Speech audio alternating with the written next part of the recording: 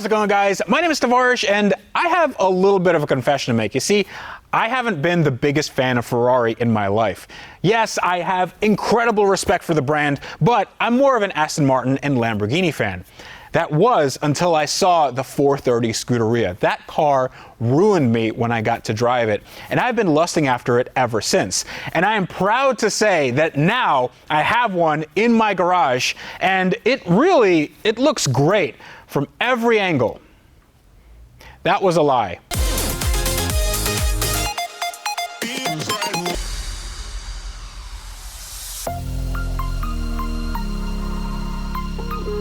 Now, I'm really excited about this because this is a 2008 Ferrari 430 Scuderia. It's not an F430 for you in the comments that are super pedantic. This is a car that I've been lusting after for a very, very long time because it looks amazing. Well, this one doesn't. This one looks really, really bad. This one had a little bit of an accident. It had an accident in the front and the side, and hopefully the person that did this doesn't have too big of a headache. But when I look at all this, I don't see a car that has been totaled. I see a car with a lot of potential because I think this is actually not that bad. So I will go into why that statement makes sense, at least in my head. But a lot of you have been asking me, how do I keep track of all my projects? I just added another one, and what's going on in my head to make sure that I know where all my cars are? Well, it's actually a little bit embarrassing because I have, at this point in my life, 30 cars. I don't have that much bandwidth in my head to keep track of everything. So if one of these cars went missing, I wouldn't know about it for a few days, and that's actually pretty embarrassing. But now I have a solution to that problem, and that happens to be the sponsor of this entire build. They're called Recover, and they're a game changer when it comes to managing fleets of cars or just keeping your cars safe. So here's a scenario that I know a lot of you have actually gone through. You go outside and you see that your car isn't there. So you have one of two options. Number one, you're probably a dummy like me and misplaced your car. But number two is a worst case scenario and your car got stolen. Thankfully, Recover is the solution for both of those issues. So what this is some extra security for your car that you can install in 30 seconds completely wirelessly. All you have to do is scan your VIN, put some information in the Recover web app, and then you're basically done. You can put this in a hidden location, make sure nobody knows about it, and then you can track your car in case it gets stolen, or you just misplace it like I do all the time. When I heard about this system, I had to get on board with these guys because it'll be the gold standard for car security. So keep in mind, Recover is a dealer install, so go to the nearest dealer that you can trust and tell them that they need Recover. It is a game changer. Go check it out in the link in the video description below. I found my car. And one last bit of housekeeping, I got a new shirt. So you guys can get this shirt right now on my Bunker branding page. And this is a limited release. I am the warranty in a Ferrari style font for our awesome Ferrari build. There's only gonna be 1,000 of these made and then no more. These aren't going up for sale any other time. So get them right now. I'm not giving away any parts of the car because there's not really much to it, and we haven't taken it apart yet. This is the only time you can get this shirt, so go check it out right now. Okay, so take a look at this amazing example of a Ferrari. This may need a little work, that may need a little work, but let me tell you why this thing is so cool. First off, it has carbon ceramic brakes. Let's just pretend those are okay. Inside, you have an amazing interior that's very Spartan in here. Let me open up the door. Ooh, making noises already. So this interior, there's not a lot to it. You have metal flooring here. You can see some exposed rivets and welding, and well, the airbags went off. Yep, those definitely went off, but you can cut these out and you can probably glue that shut. Coming back here, you can see that well, this is a little different. I don't think that's factory standard. This is involuntarily modified. That's how we're gonna call it, because maybe this can be fixed. I don't know, but I really like this end of the car because number one, you can't really tell that anything's wrong with it if you don't look here or in the front. Oh yeah. This is a 4.3 liter naturally aspirated engine making around 500 plus horsepower. And down here is a really cool aftermarket exhaust that sounds like an F1 car. Now, I haven't actually started this yet, but I've been told that this car runs and drives. I'm not sure how it really drives, but it probably runs, maybe, because we did just hear that the F1 pump did something when we opened the door. So I'm excited to see if this will actually start or not. But one thing I wanted to make clear is that I am not insane. Like, this looks crazy and the front looks crazy, but there's a method to my madness. And so you guys don't just take my word for it. I wanted to have an expert on hand to show that, well, this can definitely be fixed, and it can be fixed on a budget and in a DIY fashion. So I brought my friend Jack here. Hey everybody, how you doing? Jack is a expert on all things bodywork. He's not gonna say that he is. I'm gonna say that he is. So if he screws up, then it's all on him and it's not my fault. So you see how that works? It's not that bad. I mean, it's not that bad. it's affected somewhat in this area right here. Right? Okay. Yeah. There in that area? Yeah. Are you sure? Just a little bit. Just a little bit. Okay. That's good. So what I think happened is this obviously got hit right here. It sort of went under something, likely, and then it bent a bunch of these panels. So essentially, we're gonna have to measure the bottom to make sure that it's square. Obviously, the top is not gonna be square right now. Well, we're gonna use our piece that we have, and we're gonna measure off of that, get our distances, make sure everything is square, and then when we bring that piece over here and put it on here, we're going to do the exact same thing, just in a repetitive fashion. We're gonna fit parts, make sure it lines up, and once we have it ready to go, we're gonna weld it in place, use our glue, use our rivets, whatever we need to do, and we should be good from there. So the way this is constructed is actually very unique from a lot of cars, because most cars, they have a removable front subframe section, which means that you have like your regular tub, your monocoque, and then everything from here up, it's just either bolted on or it's bonded on in some way. The McLaren was like that, where it has a removable front subframe, but here it's all just one piece and it's all welded aluminum and bonded with some seam sealer. So what I'm most concerned with is right here. So this is like the basic box structure. Like this is the structure of the car where the suspension bolts onto, and you can see that this is like a little bent. This wheel has definitely seen some better days. And I'm worried that this entire thing is bent. Not just this front crash structure, but this back here. So is there a way that we can like kind of figure out, you know, what to do here? Yeah, so what we're gonna have to do is we're gonna have to measure in like a squared kind of diagonal measurement where we can get as much as we can get from the top up here. We're not gonna be able to do anything from here forward because of the damage. But once we can measure the bottom, see if the bottom is moved any, we'll know side to side if we have damage, front to back. We're gonna have to do some other stuff when it comes to going up and down just to get our height measurements. But as far as what I can see here, it's not that bad in the sense that once we cut this off, the damage is pretty much here forward. Everything back here looks okay. From what I can see, it's not indicating any spots where it's bent or twisted over. Being the fact that everything is attached right here and the way that it takes the damage, it usually will take all of the damage in this contained space in this area. I could be wrong, but so this is the internet.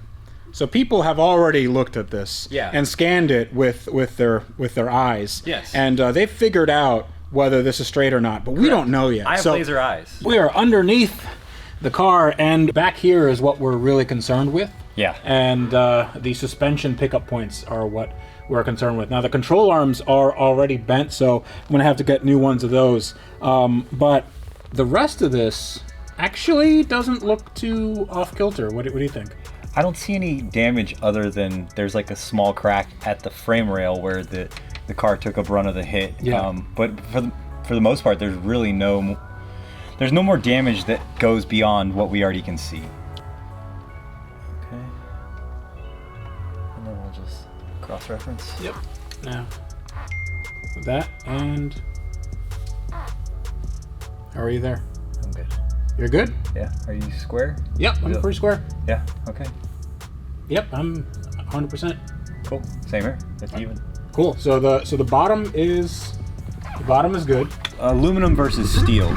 What you're going to end up having to do with a steel vehicle is pull the structure back out so that you're able to get a somewhat of the damage pulled out, and then you cut it off and you replace beyond that point when you measure. With an aluminum vehicle, you're not allowed to pull it. So what you're going to end up doing with an aluminum vehicle is finding where the damage ends, and then you remove the damaged part and you replace from that point out. Were you a fan of Are You Afraid of the Dark? I actually was. Submitted for the Midnight Society. This is the tale of the crashed Ferrari. I wanted to show people some interesting things on a Ferrari. So you guys think Ferraris are expensive and they probably have, you know, the best quality control. So take a look at this. This is from the factory. These are welds that were made with a MIG welding gun for aluminum, and you can see the spatter. They just left it on there. This is rust proofing from the factory. It's just oversprayed like crazy, and these welds are very sort of inconsistent. The gaps here are inconsistent from this part to this part, and they just kind of welded it all willy-nilly. Like, take a look at this. Yeah. That's I mean, if you went to SEMA with these welds, you'd have people making videos about you, but on Ferrari, this is just OEM. This is exactly Look up in here. They're not even finished. Oh yeah, wow, yeah, that's just like a little, yeah. Versus over here, it's finished all the way. Yeah, so that's interesting. So I think that we could probably make this a little bit better. Let's take a look at this right here. So this is how the bumper just bolts on, and these are shims for the bumper, and that is to adjust the angle, the outward angle. And there's like 4 or 5 shims on here, and I think there's probably 5 or 6 on here. And this is exactly how the factory does it. So when I talk about putting these cars together, like, it really is like, if the bolt doesn't fit, you make it fit. Real, like, actual body shop advice for this. What are our options? Being aluminum, it's going to be a lot harder to get certain things to move, but you can always attempt it. Can we do a paintless dent repair for this? Maybe. See, this is why I like you. This is why I like it, because it's not a no. Most people would look at this and they would go, oh my goodness, you'd never be able to fix this using paintless dent repair. And that may be true, but I just want to try. I just want, you know, I mean, it looks a little, oh boy, it looks really bad. But I think, you know, we could probably get this out a little bit, right? A little bit. Oh, come on, man. You got to be a little you got to give me a little more confidence in that. Yeah. Perfect. What happened here is probably hit something. It crinkled some of the paint. What's interesting is that it actually moved this entire panel over. This came from the previous shop that had it, and they made a bunch of notes that we're definitely not going to take into account. And take a look over here. There's not really any panel gap here, so it kind of butted this quarter panel up against the glass. And right here, you can see that is opened up. So this had an open gap, and that is a closed gap. So everything just kind of needs to be like... Now the interior is something I'm really sort of interested in, because I've always loved these interiors. They have awesome carbon fiber everywhere. It's very Spartan, like I mentioned before, but it's very stylized. So you have some speakers here, you have an actual radio, and I believe the battery is charged because I have been putting it on the tender. Now the airbag's gone off. That's a little unfortunate, but I think they can be replaced. And if we recalibrate the airbag computer, I think this can be okay. The dash actually doesn't have to come back apart, because this is one removable piece and we can just kind of put that back together. At least that's my hope.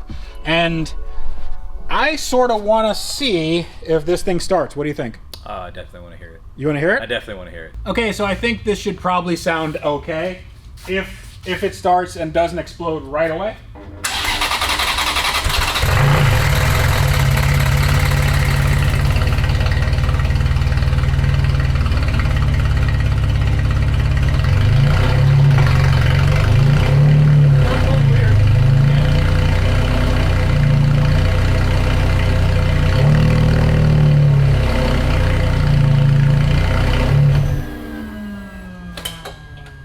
That sounded weird.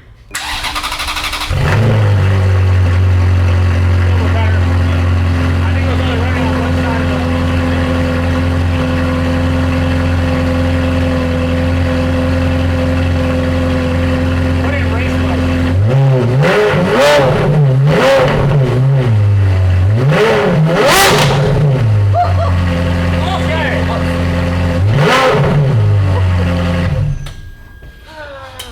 she runs. Oh, she runs real good. No coolant though, let's not do that again. So a lot of you guys are probably looking at this and saying, oh, it's just some Ferrari. It's not just any Ferrari. This car is very, very special. It's not one of 500 like my McLaren is over there, but it is something like 1,500 examples were ever made in the world, and that makes this thing pretty rare, and I love the way it sounds. I love the way it looks. Well, not when it looks like this, but a stock one looks amazing, and also I wanna see what you guys think about a paint scheme and a theme. If I learned anything on the McLaren and Lamborghini builds that preceded it, I love theming these supercars and making them my own. So you guys give me some ideas in the comments below. What color scheme would you like? Do you want it white with some Italian stripes? Do you want this a complete custom livery? Do you want it more of a race car or more of a street car? Do you want this to be more luxurious or more racy? I'm not sure, and I'd love to hear what you guys think about this, because this is, as far as I can tell, a blank canvas, and it is amazing, and I'm so excited that we get to work on this. Now, over here is sort of the island of broken parts, and this is all, yeah, well, I don't think any of this is really usable. You can see what happened in the accident. These used to be very expensive radiators and AC condensers and stuff, and these definitely need to get all replaced. But thankfully, the Ferrari Santa has come, and oh boy, that big box, it's full of Ferrari parts. And in the next episode, we're gonna be unboxing all of that. So stay tuned for that, but until next time, this is me reminding you guys that on cars like these that definitely need a bit of TLC, you guys should build them better, and to do that, you need to wrench every day.